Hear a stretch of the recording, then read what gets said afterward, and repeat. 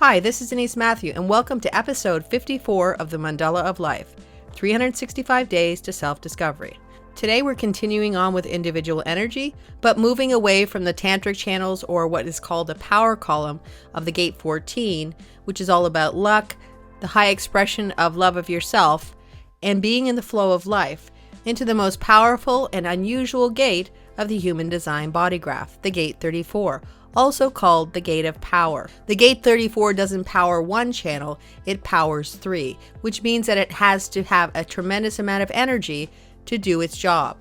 This energy is all about doing, but when we're doing, it has to be in response. Otherwise, we're just not getting the maximum benefit of this power. If we look at the body graph, we can easily see that there are a lot of what are considered mirrors within the body graph. In other words, there's channels that have a mirror image on the other side of the body graph. So for instance, if we look at the channel 3536, the mirror image of that would be the channel 1648. There's symmetry in all energies within the body graph until we get to the gate 34 and the whole integration circuit. The gate 34 has no symmetry. In fact, it's on its own. It's the only gate in the whole sacral center that has its own way of being that doesn't conform to the other energies of the sacral center. So what that says is that this is a power on its own, and it has this ability to connect with three different gates, and it's also contained within two different mini circuits, the integration circuit and also the centering circuit. The key word with this energy is always busy. And when we talk about the busyness of this energy, it's about doing things and a constant movement of energy. And besides being part of the integration circuit and also the centering circuit, it's also special in another way. And that is that it is part of an opposition. There are three oppositions within the human design body graph. And that means that they are not only just opposed when it comes to being on the mandala, but they're also harmonics, which means that they make a full channel. That also means that they're more common than other channels. The other two oppositions are the 4037 and also the 4323. So there are more people with this energy on planet Earth. And it also means that this energy is very impactful in the world as well. This is the energy for building things, for getting things done, but it's also the most individual survival energy that we have in the whole body graph, which means that survival of the self is first and foremost. Because without this self-preserving individual survival instinct, our ability to continue to be on planet Earth or to live on the Maya might be compromised. So survival and instincts are extremely important. This is considered the only asexual gate of the sacral center, which means that it's not concerned with reproduction as a main way of being, as most sacral gates have some connection with reproduction and life force energy that is about making more and continuing on humanity. This is more of a survival energy that's all about the self. But instead of just having one harmonic or one channel, there are three different channels, which means that the gate 34 is always looking for the energy of the harmonics or electromagnetics that bring the connections that they need. And every connection has a different purpose. But before we get into new content, let's quickly go over what we talked about in our last episode. In our last episode, we talked about the gate 14 and how it's part of the energy of the power column, or the three channels that connect the sacral center to the identity center. The gate 14 talks to the energy of the higher version of how we love ourselves. It is also considered tantric energy because it in some way brings the energy up an octave or raises the level of energy when it goes through that channel. The gate 14 is all about abundance and power that serves the common good.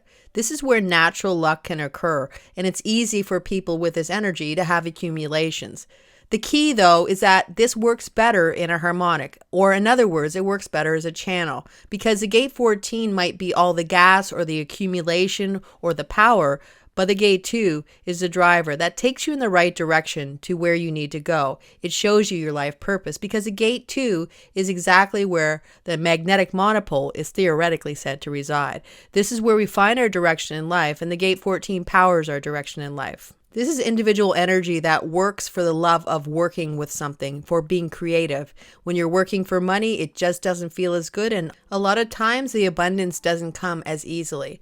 This is about finding the things in the world that you love to do and the universe rewarding you. And if you want to find out more about the Gate 14, please check out episode 53 of the Mandala of Life. With that said, let's get into new content. And if you haven't already, please feel free to check out previous episodes of the Mandala of Life.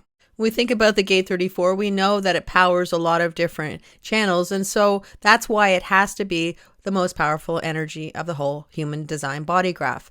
It's sacral energy, it's raw energy, and in many ways you could say it's like harnessing the energy of a dragon, because it just needs to find something to do to be happy.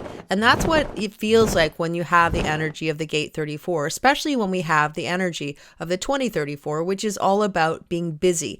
This is where the sacral energy goes directly to the throat. This is what we call a pure manifesting generator.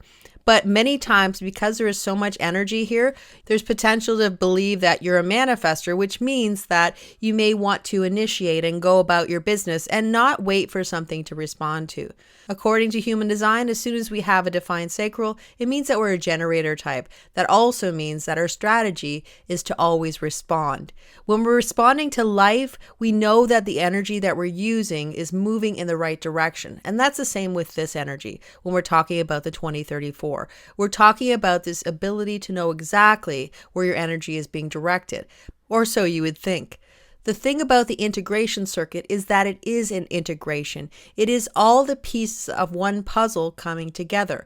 So when you don't have all the pieces to the puzzle, it means that there's something that might be missing within your energy, because every single energy and every single gate that are incorporated within the integration circuit are necessary. So in other words, more than anything, when you have a hanging gate 34 or any of this integration circuit at all, even one gate or more, your aura is always searching for the missing pieces to the puzzle of you.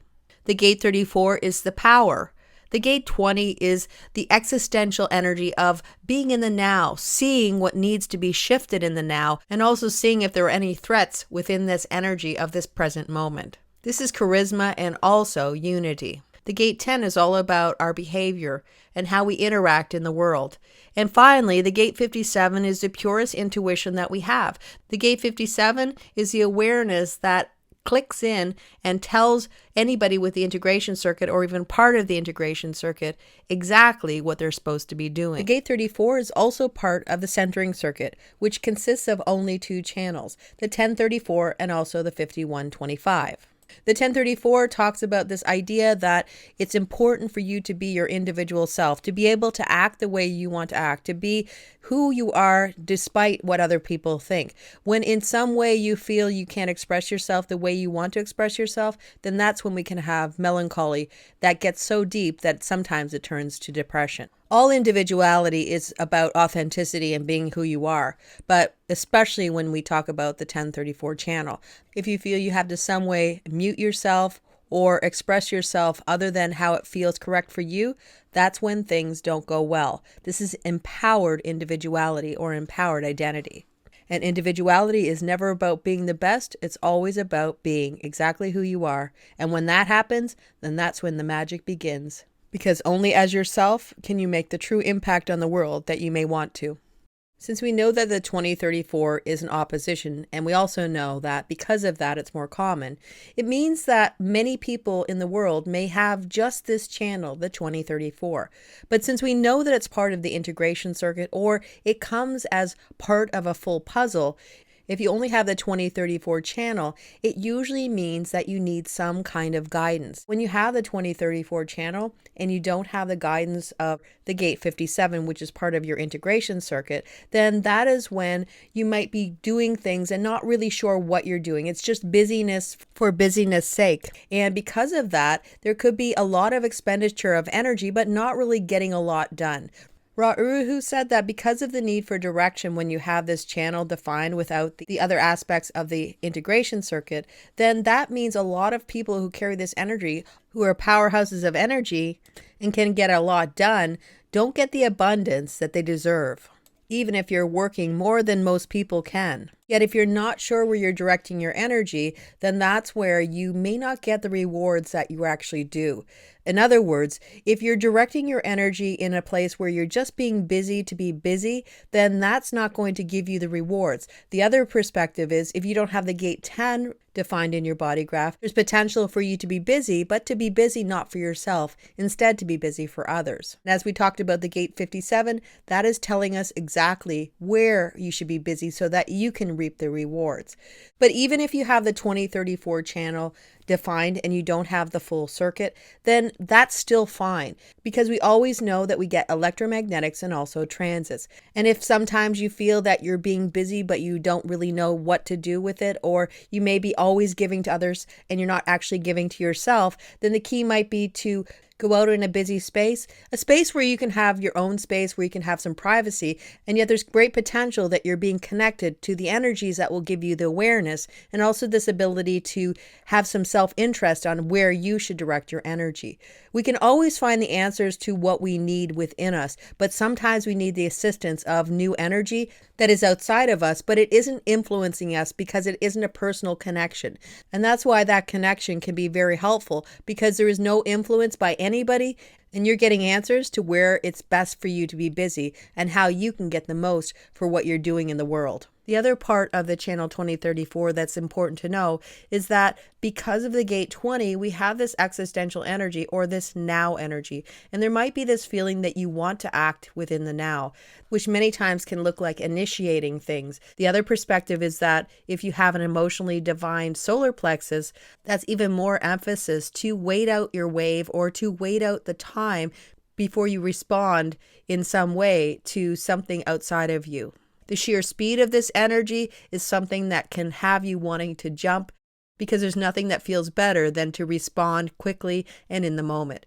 But many times that won't work as you want it to in the real world. When you know exactly how you operate, and that when you think about the now, it's about seeing what needs to change in the now and seeing the opportunities or what you want to respond to in the now, but also understanding that when you respond to life around you, then that's when you can get the most out of this channel and get ahead in life and get the rewards that you deserve, just like everybody else, especially when you work as hard as you do. Another thing to keep in mind is that there's potential when you are trying to manifest and not respond, that it can sometimes lead to throat issues or even thyroid conditions. We've talked a lot about the 2034 and the integration circuit, as well as the centering circuit. Now let's talk about the hanging gate 34. In a lot of ways, the gate 34 is almost like a power charger or a battery, and it's always waiting for something to be plugged into it, and that would be one of the other gates. And when that happens, then that brings it into a full channel, and that's how it sort of expresses itself. It bases its power on the expression of the channel. So when we look at the hanging gate 34, a lot of times we look at it as a hanging gate that is dormant, that comes alive or becomes active when it gets hooked into electromagnetics or even a transit, and that's when it fully expresses itself. Other than that, it can be quite quiet and not really anything happening at all. So that's the key about this. We can really look at it as being a power source that is just waiting to have some connection of some kind. Whenever we have the 34 without a connection of any kind, we know that the energy isn't going to get to the throat. This is a doing energy. There can be this potential to feel like you want to do something, but not being able to actually do something. It's this feeling that you want to get out in the world and start doing things and start using that energy, but yet because you don't have the motor that is connected to the throat, it's difficult to manifest. And it's also individual energy, the gate 34. And that also means that there's melancholy within this energy. And as we just talked about, this melancholy comes from this idea that you can't do something. You're helpless, that you can't move the energy like you want to. The key is to know that the electromagnetics will come, and when they do, that's when you can respond to the world around you. Because as soon as this is going to be defined by electromagnetics or a transit, it's always going to be a defined sacral, which means that it's always going to be in response. When you're busy in response to the world all around you, that's when you have the ability to use the energy and do what this energy is all about, to use your power for the common good. When you learn about the power that you hold and how it can be directed in a way that you're benefiting and also that it's benefiting the common good, then that is when you truly can step into the power that you contain within you. and the mandala of life turns again, and we move into the energy of focus. This is a gate 9, half of the channel 952, a design of determination, with the power to focus on what's important. Well, that's all for now, and I'll be back soon with episode 55, the gate 9, the taming power of the small. Until then, take care, and I'll see you again soon.